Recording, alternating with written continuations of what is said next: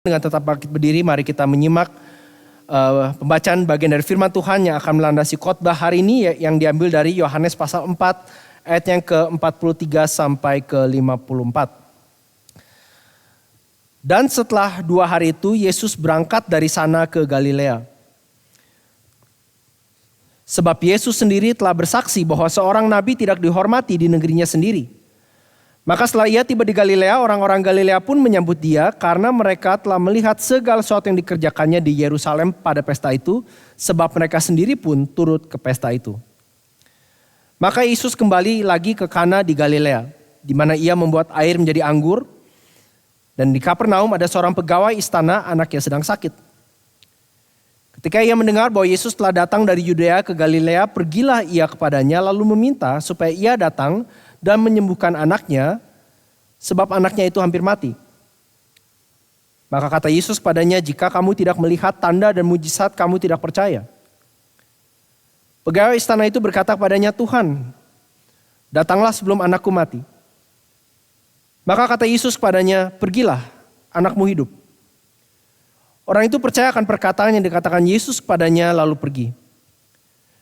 Ketika ia masih di tengah jalan, hamba-hambanya telah datang kepadanya dengan kabar bahwa anaknya hidup. Ia bertanya kepada mereka, pukul berapa anak itu mulai sembuh? Jawab mereka, kemarin. Kemarin siang pukul 1 demamnya hilang. Maka teringatlah ayah itu bahwa pada saat itulah Yesus berkata kepadanya, anakmu hidup. Lalu ia pun percaya, ia dan seluruh keluarganya. Dan itulah tanda kedua yang dibuat Yesus ketika ia pulang dari Yudea ke Galilea. Silakan duduk jemaat sekalian, yang berbahagia adalah kita yang mendengarkan firman kehidupan ini serta mentaatinya di dalam hidupnya, dan kiranya Allah Roh Kudus sendiri berkenan mengukirkan firman yang hidup dalam hati saudara dan saya pagi hari ini. Menurut saudara, judul khotbah saya adalah How Not to Miss Out on God's Blessing. Bagaimana kita tidak sampai kelewatan atau ketinggalan akan berkat Tuhan. Siapa sih yang gak mau sebetulnya kalau ditanya. Tapi saudara, sebetulnya saya mengadopsi judul ini dari sebuah komentari Injil Yohanes karya Don Carson yang mengatakan bahwa salah satu alasan utama mengapa cerita ini ada di Alkitab adalah untuk mengajarkan pembaca, atau pada saat itu kebanyakan pembaca orang Yahudi, supaya mereka jangan sampai miss out on the blessing. Supaya jangan sampai mereka kehilangan atau kelewatan berkat yang seharusnya menjadi milik mereka. Nah, pertanyaannya tentu saja adalah, berkat apa yang dimaksud? Ya, apakah berkat umur panjang? Apakah berkat enteng jodoh? Apakah berkat kesuksesan atau kesembuhan seperti yang kita lihat hari ini? Saudara, saya pikir satu cara untuk memahami apa yang dimaksud dengan berkat di sini adalah dengan melihat tentu saja konteksnya. Kalau saudara lihat di akhir cerita ini, Yohanes menulis bahwa ini adalah tanda kedua. Ya, di ayat 54 di situ saudara bisa membaca, dan itulah tanda kedua yang dibuat Yesus ketika ia pulang dari Yudea ke Galilea. Apa yang dimaksud dengan tanda kedua? Kalau tanda kedua berarti ada tanda pertama. Nah, saudara mungkin ingat bahwa tanda yang pertama itu adalah Yesus mengubah air menjadi anggur di Kana, di Galilea, di kota, di tempat yang sama, dan tidak lama dari peristiwa ini. Jadi mungkin untuk kebanyakan orang yang ada di situ, peristiwa itu masih fresh di ingatan mereka. Masih menjadi bahan bicaraan orang. Dengan kata lain, nubuat yang kedua ini bertujuan membantu kita untuk mengerti berkat macam apa sih sebetulnya yang Yesus mau berikan. Bukan saja untuk pembacanya saat itu, tapi juga untuk saudara dan saya hari ini. Nah, saudara, salah satu cara untuk melihatnya adalah sebetulnya dengan membandingkan kedua mujizat ini. Saya berasumsi saudara familiar dengan mujizat mengubah air menjadi anggur. Saudara bisa lihat di Yohanes pasal 2, tapi saya punya chartnya di sini yang membandingkan. Mujizat mengubah air menjadi anggur dan menyembuhkan anak pegawai istana sama-sama terjadi di hari yang ketiga. Bahkan di pasal 2 ayat 1 sengaja diberikan pada hari yang ketiga ada pernikahan di Kana. Pasal 2 ayat 1. Tadi kita lihat setelah 2 hari itu ia ke Galilea. Berarti waktu dia tiba ke Kana itu hari yang ketiga. Sama-sama di mujizat mengubah air menjadi anggur, Yesus menegur terlebih dahulu. Dalam hal ini ibunya. Ya, ibu Ya, di situ katakan, mau apakah engkau daripadaku saatku belum tiba, pasal 2 ayat 4. Di sini juga Yesus menegur terlebih dahulu si pegawai istana, jikalau kamu tidak melihat tanda dan mujizat, pasal 4 ayat 48, kamu tidak percaya. Di mujizat air menjadi anggur, yang menjadikan mujizat adalah kuasa dari perkataan Yesus. Yesus mengatakan, isilah tempayan-tempayan itu penuh dengan air. Dan setelah diisi penuh, sekarang cedoklah dan bawalah pada pemimpin pesta. Yang saudara tahu pada saat itu airnya sudah menjadi anggur, bukan sekadar anggur yang enak banget, the best of the wines gitu ya. Demikian juga dengan ini, di mujizat yang ini Yesus juga hanya dengan mengatakan pergilah anakmu hidup. Dan itu terjadi. Dan sama-sama di mujizat ini pun Yesus tidak harus ada di tempat. Yesus tidak ada di tempat di mana mujizat itu terjadi, hanya pegawainya. Demikian juga Yesus tidak ada di Kapernaum untuk menyembuhkan anaknya. Juga di mujizat air menjadi anggur ada kesaksian para hamba setelah pemimpin pesta itu mengecap air yang telah menjadi anggur itu, dan dia tidak tahu dari mana datangnya, tetapi pelayan-pelayan yang mencedok air itu mengetahuinya. Sama juga dengan di sini, ketika si pegawai istana itu masih di tengah jalan, hamba-hambanya telah datang kepadanya dengan kabar bahwa anaknya hidup. Kedua mujizat menghasilkan iman. Di mujizat air menjadi anggur, di akhir di situ dikatakan dan murid-muridnya percaya kepadanya. Di mujizat menyembuhkan anak pegawai istana, dan si pegawai istana pun percaya, ia dan seluruh keluarganya. Kontrasnya tentu saja, di mujizat air menjadi anggur ada sukacita, pesta, party, kebahagiaan, ngumpul, ya, kebersamaan. Kenapa? Karena hari pernikahan. Simbol dari kehidupan, betul gak? Bahkan sampai hari ini. Tapi kontrasnya di mujizat yang kita hari ini adalah ketakutan. Rasa cemas, was-was, rasa putus asa. Kenapa? Karena menghadapi kematian. Jadi kalau yang satu itu pesta pernikahan, yang ini adalah rumah duka. Atau siap-siap menjadi rumah duka. Bahkan mungkin si pegawai ini dan keluarganya sudah nyiapin nanti kita kalau kebaktian penguburan mau ngapain gitu. Dan seterusnya. Tapi saudara, merangkum sukacita dan ketakutan, hidup dan mati, penulis James Boyce mengatakan ini. Hidup itu penuh dengan sukacita dan putus asa, dan Yesus adalah jawaban bagi semua kebutuhan manusia dalam setiap keadaan. Apapun itu. Nah, saya mau ngajak kita menyimak kembali ceritanya bersama-sama supaya kita bisa mendalami makna dari berkat dan anugerah yang Tuhan Yesus bawa hari ini.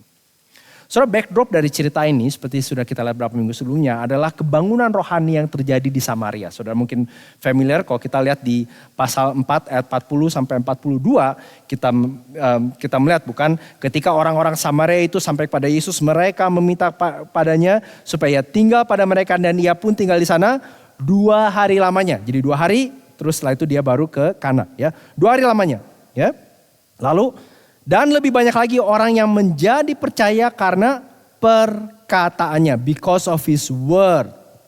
Lalu ditekankan sekali lagi di ayat 42. Dan mereka berkata kepada perempuan itu, si perempuan Samaria yang bawa mereka kepada Yesus, ya kan, kami percaya, tetapi bukan lagi karena apa yang kau katakan, sebab kami sendiri telah mendengar dia dan kami tahu bahwa dialah benar-benar juru selamat dunia. We know that this is indeed the Savior of the world.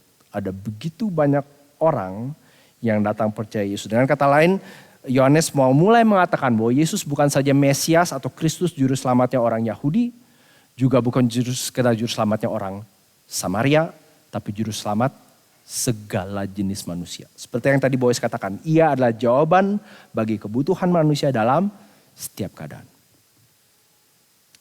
Mari kita lihat sekarang ceritanya.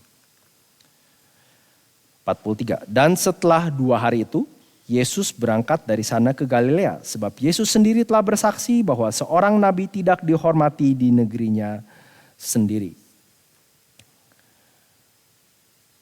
Nah, lanjut. 45. Dan setelah ia tiba di Galilea, orang-orang Galilea pun menyambut dia. Nah, mungkin sepintas bagi saudara ayat ini aneh. Saya udah baca ini sama beberapa orang dan setiap kali sampai ayat ini mereka nanya, ini there's something weird about this verse. Ada something yang ganjil. Yesus bilang seorang nabi tidak dihormati di negerinya sendiri. Ayat 46, begitu dia tiba orang-orang Galilea menyambut dia. Harusnya kok nggak dihormati, nggak disambut toh. Ya. Dan saudara mungkin pernah lihat dan memang ada beberapa peristiwa di mana Yesus actually nggak disambut. Bahkan diusir, tapi ini beda. Ya di Galilea ini dia disambut. Ya. Dan kalau kita lihat petanya ini mungkin membantu saudara untuk melihat apa yang terjadi selama ini. Jadi kita lihat peristiwanya di pasal 2 itu Yesus ke Kana di Galilea itu di atas. Saudara kalau jeli bisa lihat ada kota Kana situ agak di tengah-tengah ya. Terus Yesus ke Yerusalem, ada pesta besar di situ. Pasal 2 itu tempat di mana Yesus membongkar mengusir para pedagang, ketemu Nikodemus kemungkinan, lalu dia kembali ke Galilea tetapi bukannya alih-alih berputar dia lewat tengah-tengah Samaria di Sikar, itu tempat Yesus ketemu dengan perempuan Samaria. Lalu 2 hari di sana kebangunan rohani, lalu kembali ke Galilea, ke kampung halamannya di situ dibilang, ya. Tapi perhatikan, waktu dia kembali, di situ dikatakan disambut. Tapi kemungkinan besar yang dimaksud adalah ini. Dia disambut bukan karena dia juru selamat dan bukan karena orang Galilea itu menyambut dia seperti orang-orang Samaria. Alasannya dijelaskan di situ.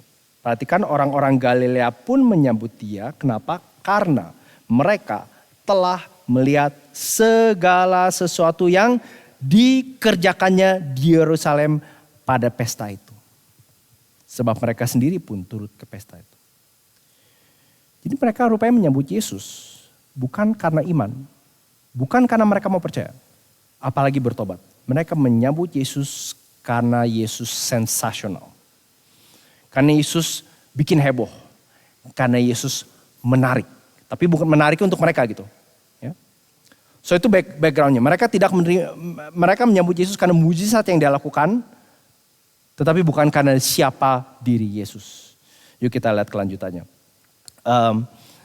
Ayat 46, maka Yesus kembali lagi ke Kana di Galilea, di kota di tempat di mana ia membuat air menjadi anggur. Dan di Kapernaum, nah kalau saudara lihat petanya, Kapernaum dan Kana itu sekitar 28 sampai 30 km. Jadi saudara bisa lihat Kana di situ. Ya, lalu Kapernaum itu di pinggir danau atau laut Galilea. Oke, sekitar 30 km. Kalau jalan kaki biasa mungkin sekitar 8 jam. Tapi dalam peristiwa ini mungkin lebih singkat karena sebentar yang kita akan lihat. Kapernaum ada seorang di situ dibilang pegawai istana anaknya sedang sakit. Nah, pegawai istana di sini adalah seorang pejabat, kemungkinan pejabat dari Kaisar atau Raja Herodes saat itu. Raja yang sebetulnya tidak diakui oleh bangsa Israel, tapi ditempatkan di situ karena pemerintah Romawi. Dia penjajah, dia punya hak untuk menempatkan siapa yang jadi raja atas mereka. Dalam hal ini ditempatkan Herodes, sebagian dari saudara mungkin tahu kisah raja ini, tapi fokus kita lebih kepada si pejabatnya. Nah, namanya pejabat zaman dulu sama zaman sekarang sama. Dia orang yang pasti kaya, berkuasa, punya banyak aset. Kenyataan bahwa nanti ada hamba-hambanya yang menjemput dia sendiri itu sudah menunjukkan bahwa dia seorang yang punya status dan milik yang luar biasa, sangat kaya. Tetapi punya satu problem. Anaknya sakit. Dan bukan sembarang sakit, saudara. Ini jenis penyakit yang pada saat itu belum ada penyembuhnya dan seperti dikatakan kemungkinan besar dia sudah menghabiskan uang, fasilitas, kesempatan, segala macam cara udah dicoba, udah habis putar akal. Apapun yang bisa dilakukan sudah dilakukan, tetapi anaknya itu tidak kunjung baik. Itu yang dimaksud dengan kalimat ini. Ya, anaknya sedang sakit. Jadi dia datang all the way dari Kapernaum 30 km, 25 km ke Kana. Ketika ia mendengar bahwa Yesus telah datang dari Yudea ke Galilea, pergilah ia kepadanya. Lalu meminta, atau lebih tepatnya lalu memohon-mohon dengan amat sangat. Jadi bukan sekedar meminta sekali minta. Ini memohon-mohon, mungkin kalau ada adegannya misalnya dibikin film gitu ya. Dia mungkin tarik-tarik jubahnya Yesus, dia terus-menerus istilahnya merengek gitu ya. Mungkin udah pasti sambil mencucurkan air mata dan lain seterusnya. Dia betul-betul meminta Yesus untuk datang dan menyembuhkan anaknya sebab anaknya itu hampir mati. Dan seperti orang Galilea lainnya, dia awalnya memberikan Yesus a Galilean welcome, sambutan Galilea. Dia pikir Yesus itu cuma exist untuk sensational, memberikan mujizat. Nah ini kebetulan mujizatnya untuk aku. Come, Datang, dia bahkan gak mengerti tentang Yesus. Bagi dia, Yesus itu harus datang, jalan berapa itu 30 km ya barengan sama dia. Mungkin lebih cepat kalau naik kuda, kemungkinan besar dia naik kuda. Ya asumsikan dia travel sekitar 4-5 jam karena sangat buru-buru. Apapun itu dia mau bawa Yesus dan mungkin dia beranggapan Yesus akan tiba di situ, entah pegang anaknya, ngucapin ucapan tertentu dan anaknya sembuh. Jadi imannya itu sangat lemah dan sangat kacau gitu ya. Itu sebabnya Yesus menjawab bukan? Di ayat ke-48. Maka kata Yesus kepadanya, jika kamu tidak melihat tanda dan mujizat, kamu tidak percaya. Saudara, teguran dari Yesus ini sepintas kedengarannya kasar gitu ya. Kalau saudara datang minta tolong sama orang, sama pendeta lah gitu ya. Pak, saya ada kebutuhan, saya sedang bergumul gitu ya, apalah gitu ya, ada masalah keluarga. Bayangkan kalau pendeta saudara jawabnya seperti Yesus. Dasar kamu datang cuman kalau ada kebutuhan gitu ya. Kita rasa seperti itu. Tapi saudara perlu perhatikan setidaknya beberapa hal. Yang pertama, waktu Yesus mengatakan jika kamu, dia tidak sedang berbicara pada si pegawai istana saja. Kamu di situ jamak. Dia dengan kata lain mengatakan jika kalian. Dengan kata lain dia berbicara tentang seluruh orang Galilea yang memberikan dia sambutan Galilea. Jika kamu hanya percaya kalau melihat tanda dan mujizat, itu bukan percaya namanya. Atau dengan kata lain Yesus seperti mengatakan gini, kedengaran sangat keras dan kasar gitu ya. Kalau ada cara lain untuk menyembuhkan anakmu, kamu gak bakal datang padaku. Kalau ada cara lain untuk keluar dari masalah ekonomi, keluarga, apapun penyakitmu, kamu gak bakal datang padaku. Betul gak? Betulkah itu yang terjadi pada kita hari ini? Kita hanya datang melayani, mulai baca firman Tuhan, mulai berlutut, cucikan air mata seperti si bapak ini. Hanya mau lihat tanda dan mujizat. Tapi kadang-kadang saudara, situasi seperti itulah yang Tuhan pakai istilahnya untuk untuk menarik kita kembali kepadanya. Dan saya pikir itu yang terjadi dengan si pegawai istana ini. Perhatikan ayat 49. Pegawai istana itu berkata kepadanya, Tuhan, mungkin lebih tepatnya Tuan atau Sir, datanglah sebelum anakku mati. Saudara, kalau terjemahan bebasnya kata anak di situ bisa diterjemahkan gini. Tuan, ini anakku Tuan. Sir, it's my little boy. Dia udah gak punya apa-apa lagi gitu ya. Dia gak, dan secara gak langsung dia sebetulnya mengakui betul. Aku ini datang cuman karena aku percaya engkau benar melakukan sesuatu. But it's my little boy. Gimana pun problemnya masih di situ. Ya. Dia tidak marah, dia tidak tersinggung. Dia bilang, emang lu pikir gua siapa? Don't you know who I am? Kamu gak lihat berapa pegawai yang ada bawaku? Berapa lama aku melayani Herodes? Berapa banyak prestasiku yang ada terpampang di mana-mana? Siapa kamu? Cuma rabi gak jelas namanya, berani-berani marahin aku kayak gini. No, dia bilang, Sir, it's my little boy. Kalau pakai bahasanya Star Wars, you are my only hope. Ben Kenobi gitu ya. Kamu satu-satunya pengharapanku, gak ada yang lain. Oke, come down before my child dies. Dia tidak urung dan walaupun imannya lemah dan kacau, tapi dia tetap mengarah pada Yesus. Itu jawaban Yesus bukan? Betul ya. Kata Yesus kepadanya, pergilah anakmu hidup. Ini satu otoritas yang luar biasa bukan? Respon Yesus padanya, di satu pihak Yesus menolak, tapi juga menerima. Yesus menolak ajakan dia untuk datang all the way 30 km. Tapi Yesus memberikan apa yang dibutuhkan, yang dia betul-betul cari. Pergilah, anakmu hidup. Saudara, di Alkitab, selain Yesus, hanya ada satu karakter yang kalau dia ngomong itu jadi. Saudara tinggal buka Kejadian 1, Kejadian 2, dan bagian lain Alkitab. Allah berfirman maka terang itu jadi. Allah berfirman maka jadi. Enggak ada yang komplain, enggak ada yang argue. Bahkan roh baik, roh jahat pun enggak ada yang debat sama Tuhan karena dia punya final authority. Itu yang terjadi Yesus. Waktu dia mengatakan hidup, hidup. Dan kita udah tahu ceritanya, ini bukan spoiler gitu ya. Kita tahu gitu, waktu dia mengatakan anaknya hidup, jam yang sama anaknya hidup. Dia nggak bilang pulang nanti lihat I have a surprise for you. Enggak. Dia bilang, pulang nanti sambil jalan kamu terus cucurkan air mata, berdoa gitu ya. Akui semua dosamu gitu ya. Lihat kebobrokan imanmu. Nanti if it's good enough, kamu akan lihat anakmu hidup. Enggak. Go, your son will live. Dan itu terjadi dengan si pegawai istana itu bukan? Pergilah anakmu hidup. Kalimat berikutnya apa? Are you sure? Saudara, kalau saya jadi pegawai istana itu, saya bilang, ya. Tapi mungkin lebih baik kalau Tuhan ikut gitu ya. Halfway juga gak apa-apa. Atau ada bukti lain gak? Misalnya Tuhan bikin tanda di surga gitu, ada huruf T atau apa gitu ya. Bikin air lagi jadi anggur. Oh ya, aku sekarang yakin. Enggak. The man believe the word that Jesus spoke. Orang itu percaya akan perkataan yang dikatakan Yesus padanya. Kalimatnya berikutnya 2 kata, lalu pergi. Enggak delay, enggak tunggu, enggak tarik-tarik Yesus. Enggak bilang, Yesus gimana kalau kita renegotiate, tetap datang ya. Enggak usah masuk rumah, depan rumah juga enggak apa-apa. Enggak.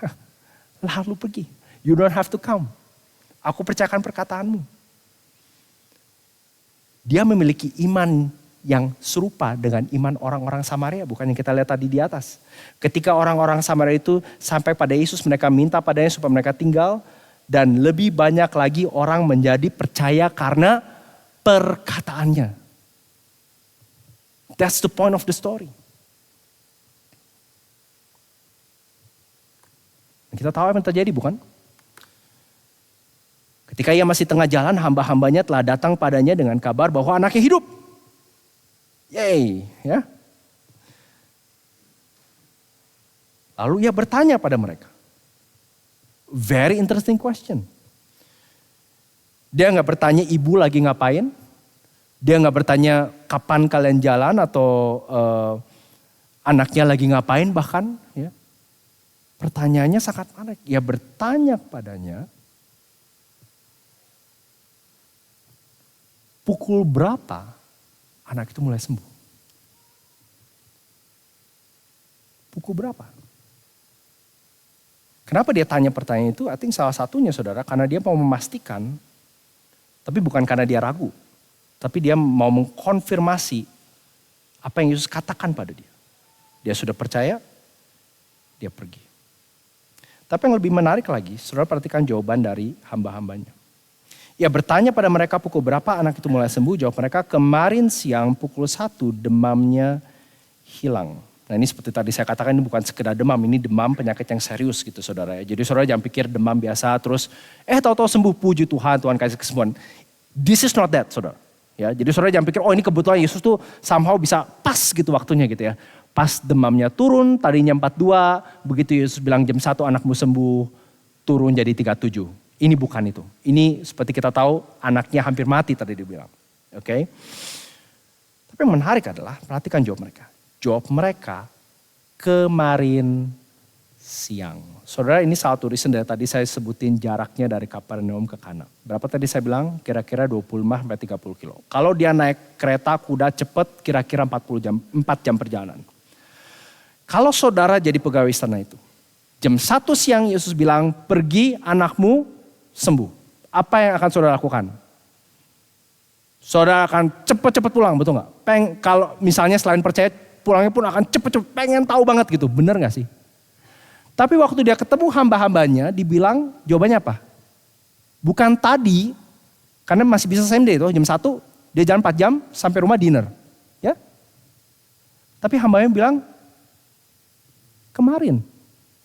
Artinya waktu dikatakan lalu pergi, saudara dia gak langsung pulang ke Kapernaum.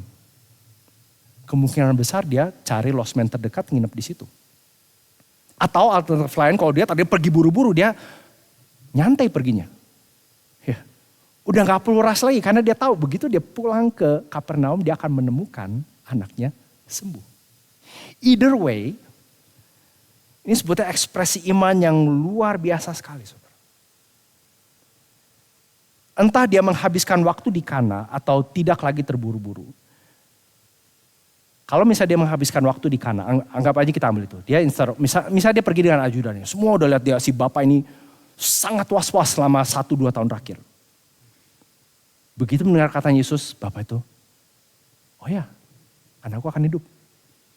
Pak, jadi kita harus pulang. It's okay. Coba kamu booking hotel buat aku. Enggak mau pulang Pak, enggak usah. Kita mau nginep. Kapan kita jalan Pak? Besok pagi aja, it's okay. Bapak gak mau cepet-cepet, it's okay. Coba tolong keluarin pembukaan, saya mau back to work. Dia udah gak mikirin lagi. Kenapa? Karena di benaknya selalu terngiang kata-kata Yesus. Your son will live. Your son will live. Itu yang dimaksud dengan cerita ini. Itu sebabnya begitu dia ketemu hamba-hambanya. Besok harinya dia langsung tanya, jam berapa anakku sembuh? Kemarin jam 1. Same moment waktu Yesus mengatakan, your son will live. Saudara, kehebatannya bukan di iman si bapak itu, tapi kepada siapa ia beriman. Yaitu pada perkataan Yesus. Dia pulang dengan tidak membawa Yesus, tapi kau boleh katakan hanya dengan bawa kata-kata Yesus di dalam hatinya. Dan itu lebih dari cukup. Dan bukan itu saja saudara. Di situ dikatakan bukan di jarak ya. Udah cukup jelas lah ya, saya nggak perlu ulangin lagi. Ya, ayat 53. Maka teringatlah itu bahwa pada saat itulah Yesus berkata kepadanya, anakmu hidup, dan ia pun percaya. Saudara perhatikan, bukan saja ia yang percaya, tetapi ia dan seluruh keluarganya. Udah pasti anaknya, istrinya. Kalau dia ada sepupu, kalau dia pejabat besar, mungkin rumahnya cukup besar untuk menampung 2 atau 3 keluarga sekaligus. Dan saudara saya yakin dari segi waktu ini mungkin gak terjadi overnight. Ini hanya rangkuman, sama seperti kalau saudara melakukan laporan gitu ya. Kemungkinan ini terjadi over mungkin 15, 20, 30 years. Tapi selama belasan puluhan tahun itu dia terus menerus mengajak anggota demi anggota keluarganya. Termasuk hamba-hambanya. Perhatikan ya, hamba-hambanya hanya lihat anaknya sakit mau mati, kita udah siap bikin kebaktian penguburan. Toto anaknya begitu meleng lagi, anaknya lagi goler-goler ketawa-ketawa gitu ya. Atau whatever, udah balik normal. Anaknya hanya bisa lihat hamba-hambanya hanya bisa melihat apa yang kelihatan. Si bapak inilah yang harus menjelaskan pada mereka. You know what happened? Ini bukan kebetulan. Ini bukan pas demamnya turun. Ini bukan pas tahu-tahu something happened. No, aku bertemu dengan seseorang di Kana. Dan dia berkata, pulanglah anakmu hidup. Do you want to know him? Do you want to believe in him? Itu yang dimaksud dengan dia dan seluruh keluarganya menjadi percaya. Pada zaman itu, saudara, household itu bukan aja bicara anggota keluarga dekat, tapi termasuk hamba-hamba pegawainya. Nah, satu hal yang luar biasa sekali. Dia begitu antusias. Apa yang tadinya dimulai dengan seorang anak di ujung kematian, berakhir dengan seluruh rumah itu menerima hidup kekal. Saudara, ada seorang pendeta yang punya seorang burung beo. Burung beo itu selalu cuma bisa ngomong kalimat, let's pray, mari berdoa. Let's pray. Cuma bisa ngomong itu, let's pray. Dia frustrasi, dia coba ngajarin burung beo ini mengatakan hal-hal lain tapi selalu gagal. Gak lama kemudian dia tahu ternyata salah satu diaken ya juga punya burung beo. Nah burung beo si diaken ini selalu ngomong, let's kiss. Ayo ciuman. Burungnya dia, ayo berdoa gitu. Akhirnya si pendeta ini punya ide. Ya, saudara jangan selalu percaya idenya pendeta gitu ya. Tapi ini pendeta punya ide gitu ya. Idenya dia undang si diakennya ke rumah bawa burung beonya. Dan begitu diakennya datang dengan burung beonya, dia pikir mari kita tempatkan mereka di cage yang sama. Dan lihat apa yang terjadi, pengen tahu gitu ya. Dan begitu burung beo dari si diaken itu ditaruh, dia langsung bicara bukan, ayo ciuman. Dan burung beo si pastor berkata, terima kasih Tuhan, engkau telah menjawab doaku. Nah saudara, Tuhan gak selalu jawab doa kita seperti burung beo ini atau seperti si pegawai istana yang anaknya sakit. Tapi tadi saya bilang bahwa bukan saja Yohanes menunjukkan ini mujizat pertama dan mujizat kedua. Kalau saudara tahu Yohanes, Rasul Yohanes, dia tuh paling suka angka ya di Kitab Wahyu. Di Injil Yohanes contohnya ada 7 perkataan I am, ada 3 hari, nanti ada 4. Nah 7 yang dia termasuk dia favorit Yohanes itu menggambarkan keutuhan, kesempurnaan. Dan menarik di Injil Yohanes, kita menemukan dia hanya mencatat 7 mujizat. Ini yang kedua. Nanti kita akan lihat lagi mujizat-mujizat yang lainnya. Kalau saudara lihat di slide berikutnya, ini adalah 7 mujizat dalam Injil Yohanes. Air menjadi anggur, yang hari ini menyembuhkan anak pegawai istana, menyembuhkan orang lumpuh, pasal 5, pasal 6 memberi makan 5.000 orang, jalan di atas air, menyembuhkan orang buta, dan membangkitkan Lazarus. Tetapi perhatikan, setiap mujizat itu, ketujuh-tujuhnya tidak bermaksud untuk berdiri sendiri, tetapi semacam bayang-bayang, semacam preview untuk mujizat yang jauh lebih besar dan ultimate, yaitu kebangkitan Yesus dari antara orang mati. Sama seperti kalau saudara misalnya ke airport, terus misalnya mau terbang ke Jakarta, saudara cuma lihat sign-nya di situ, oh penerbangan ke Cengkareng, gate sekian, lobby sekian, jam sekian. Terus saudara balik lagi ke rumah, kamu habis ngapain? Oh aku ke airport, lihat jam penerbangan ke Jakarta jam sekian. Itu, orang yang hanya puas dengan tanda, hanya puas dengan lihat tanda, tapi supaya saudara bisa actually pergi ke Cengkareng atau ke Jakarta, saudara harus menggenapi apa sih tujuan tanda itu diberi. Ya, tujuan tanda itu diberikan gate sekian jam sekian adalah supaya saudara pergi ke gate sekian jam sekian dan naik pesawatnya. Demikian juga tanda ini. Tanda-tanda ini diberikan bukan untuk sekedar bilang, oh Yesus bisa bangkitin orang mati, bisa nyembuhin dengan cuma ngomong, bisa bikin orang buta melihat. Tapi tujuannya adalah untuk supaya kita bisa melihat the ultimate miracle. Miracle yang paling penting, miracle yang justru punya benefit bagi saudara dan saya bahkan sampai hari ini. Kenapa? Karena saudara, mujizat ini, yang pertama, paling penting, saudara harus mengerti, bertujuan bukan untuk mengajarkan. Ini penting ya, saya garis bawahi, huruf besar, size font 60 gitu ya. Bukan bertujuan untuk mengajarkan, kalau saya datang pada Tuhan seperti si Bapak ini, atau seperti siapapun itu, dan melas-melas minta-minta, akhirnya Tuhan bakal kasih sama saya. Bukan. Tapi tujuan untuk mengajarkan Yesus itu siapa. Dia adalah anak Allah yang berkuasa yang akan mati dan bangkit bagi dosa-dosa kita. Dan itulah kebutuhan kita yang terbesar. Yohanes sendiri mengatakan menjelang akhir Injil Yohanes. Di situ dia bilang kan, perhatikan. Memang masih banyak tanda lain. Dia sendiri mengakui, aku hanya mencatat yang kamu lihat ini 7. Masih banyak tanda lain buat Yesus di depan mata murid-muridnya dan yang tidak tercatat dalam kitab ini. Jadi kalau kalian mau argue sama saya, jangan sama saya, argue sama Yohanes yang nulis buku ini. Ya, tetapi semua yang tercantum di sini telah dicatat. Artinya kenapa semua 7-7-nya ada? Supaya kamu percaya bahwa Yesuslah Mesias, anak Allah. Dan supaya kamu oleh imanmu memperoleh hidup dalam namanya. Saudara tahu apa cilakanya kalau kita hanya percaya tanda? Kita hanya percaya pada tanda. Bayangkan kalau si bapak ini, begitu pulang anaknya sembuh, memutuskan untuk tidak ikut Yesus. Yang penting anak gua sembuh. Wah anaknya sembuh bentar lagi jadi tua terus meninggal. What's the point? Ya. Tapi tanda yang paling ultimate adalah supaya kamu oleh imanmu memperoleh hidup dalam namanya.